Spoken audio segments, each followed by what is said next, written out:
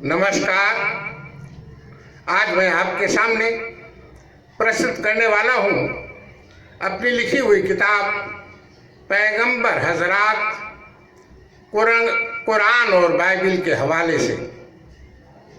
किताब का नाम है पैगंबर हजरात कुरान और बाइबिल के हवाले से। किताब के बारे में भूमिका व प्रस्तावना पेश लफ्ज पहले प्रस्तुत किया जाएगा। यह किताब हिंदी व उर्दू के आसान लफ्ज़ों में लिखी गई है, जिससे हिंदू हो मुसलमान, यहूदी हो व ईसाई सभी इसको आसानी से समझ सकें। ईश्वर की लीला को कौन समझ सकता है? बड़े बड़े ऋषि मुनि, महात्मा और सिद्ध उसी का मनन चिंतन करते रहने पर भी उसको नहीं जान सके। इतना गूढ़ होने पर भी ईश्वर खुदा बहुत ही मधुर, मनमोहक और कल्याणकारक है। इसलिए रसिक जन संसार के तमाम भोगों को छोड़कर अपनी उम्र को सिर्फ और सिर्फ उसी के चिंतन में लगाकर अपने को भाग्यशाली समझते हैं।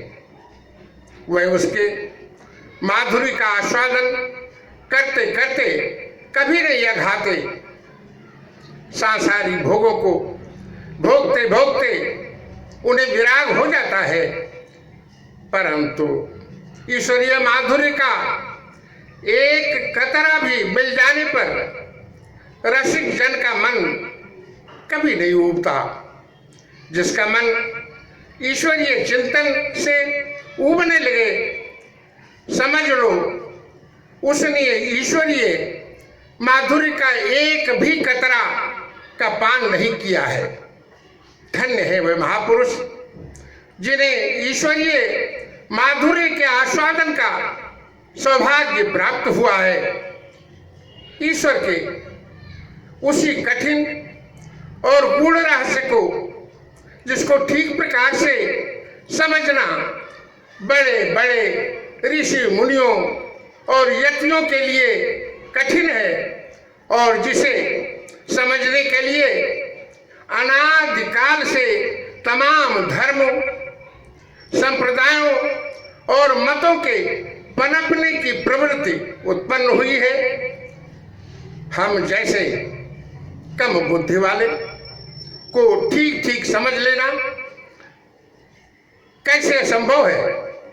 उसे समझने के लिए हमारे पास ना तो विद्या है और ना ही बुद्धि है, ना ही ज्ञान है और ना ही श्रद्धा है।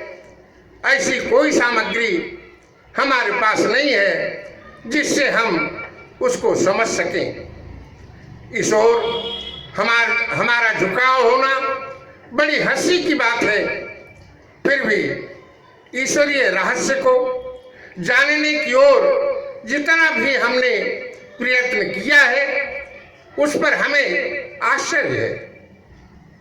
हम इस बात का स्वयं अनुभव करते हैं कि ईश्वर कदम बढ़ाने की जो अनाधिकार चेष्टा हमने की है, उसके लिए हम विद्या और विद्वानों दोनों के अपराधी हैं। परंतु एक विचार जो हमें इस संकोच और आश्चर्य से मुक्त कर देता है, हम पग पग पर देखते हैं कि अपनी इच्छा न होने पर भी हमें बलात् ऐसे कार्यों में लग जाना पड़ता है जिनमें प्रवृत्त होने की पहले कभी उम्मीद नहीं थी। इसका कारण संभवतः यही है कि हमारी सारी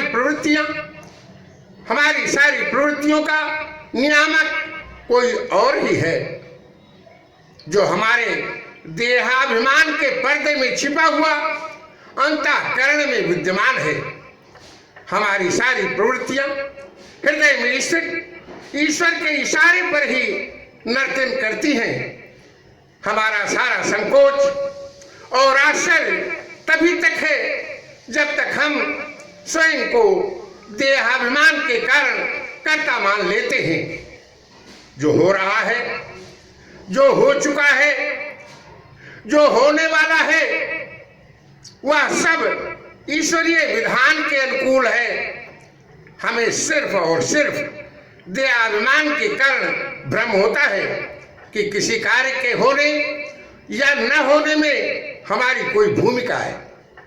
ईश्वर की जैसी इच्छा होती है उसी ओर सबको प्रवृत्त होना पड़ता है, उसी कार्य में लगना पड़ता है।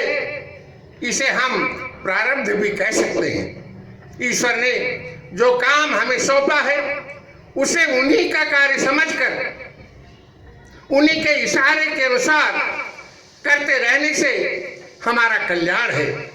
और वास्तव में हम करते भी ऐसा ही हैं, परंतु ऐसा समझते नहीं हैं, ऐसा समझने की चेष्टा नहीं करते हैं।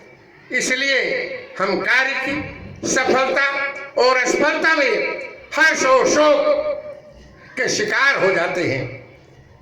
ईश्वर हमें इस गूढ़ रहस्य को समझने की सामर्थ्य प्रदान करे और इस पर हमें अटूट विश्वास बनाए रखने की मेरी मदद करे।